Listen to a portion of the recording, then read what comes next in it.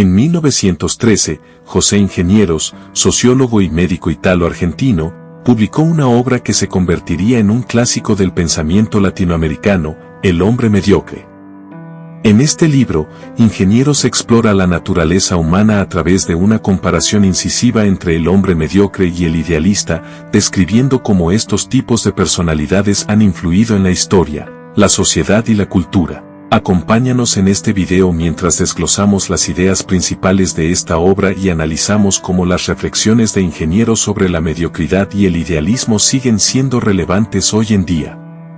El hombre mediocre es un libro del sociólogo y médico italo-argentino José Ingenieros, publicado en el año 1913. La obra trata sobre la naturaleza del hombre, oponiendo dos tipos de personalidades, la del hombre mediocre y la del idealista, analizando las características morales de cada uno, y las formas y papeles que estos tipos de hombres han adoptado en la historia, la sociedad y la cultura.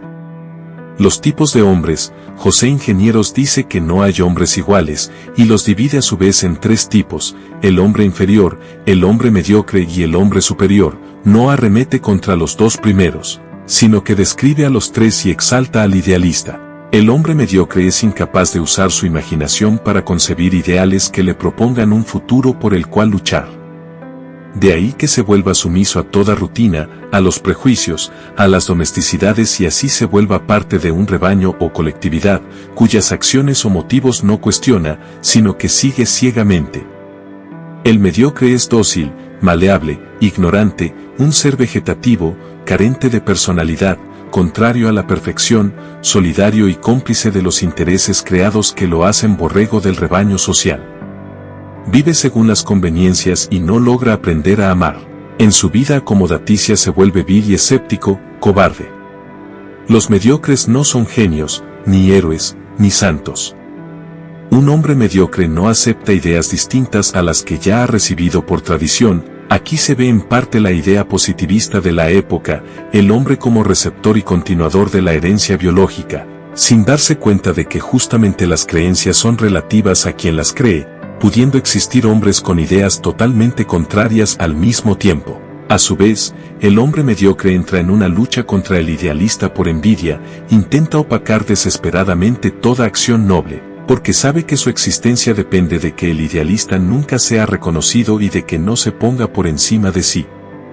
El hombre inferior es un animal bellaco y costeño. Su ineptitud para la imitación le impide adaptarse al medio social en que vive, su personalidad no se desarrolla hasta el nivel corriente, viviendo por debajo de la moral o de la cultura dominante, y en muchos casos fuera de la legalidad.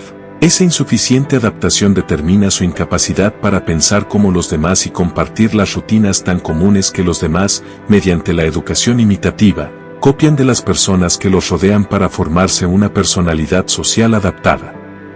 El idealista es un hombre capaz de usar su imaginación para concebir ideales legitimados solo por la experiencia y se propone seguir quimeras, ideales de perfección muy altos, en los cuales pone su fe, para cambiar el pasado en favor del porvenir.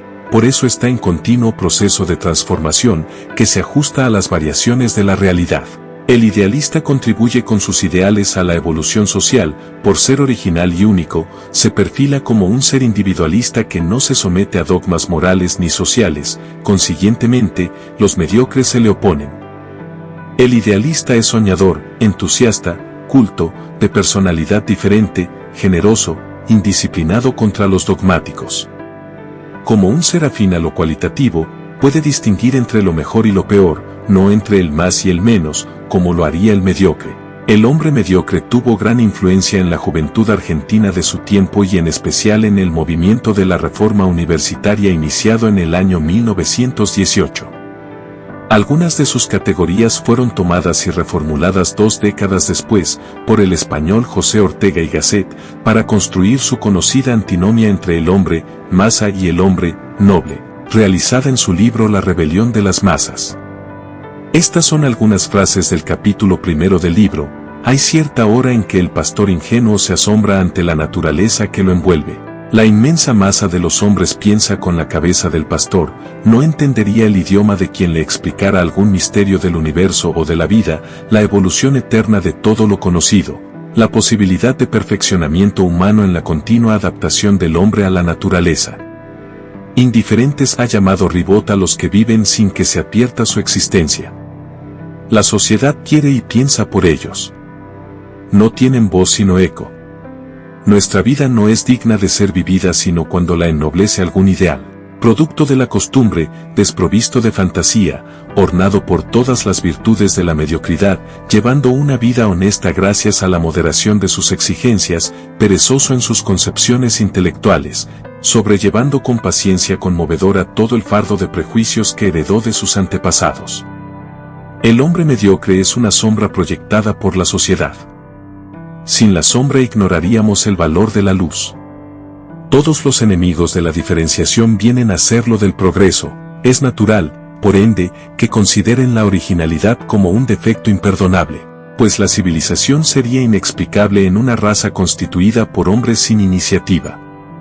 El mediocre no inventa nada, no crea, no empuja, no rompe, no engendra, pero, en cambio, custodia celosamente la armazón de automatismos y prejuicios y dogmas acumulados durante siglos, defendiendo ese capital común contra la acechanza de los inadaptables.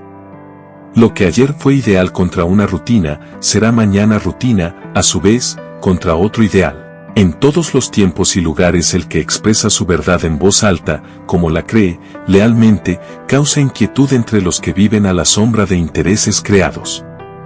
El hombre mediocre de José Ingenieros es más que una obra literaria, es un llamado a la reflexión sobre nuestra propia naturaleza y el papel que elegimos jugar en la sociedad.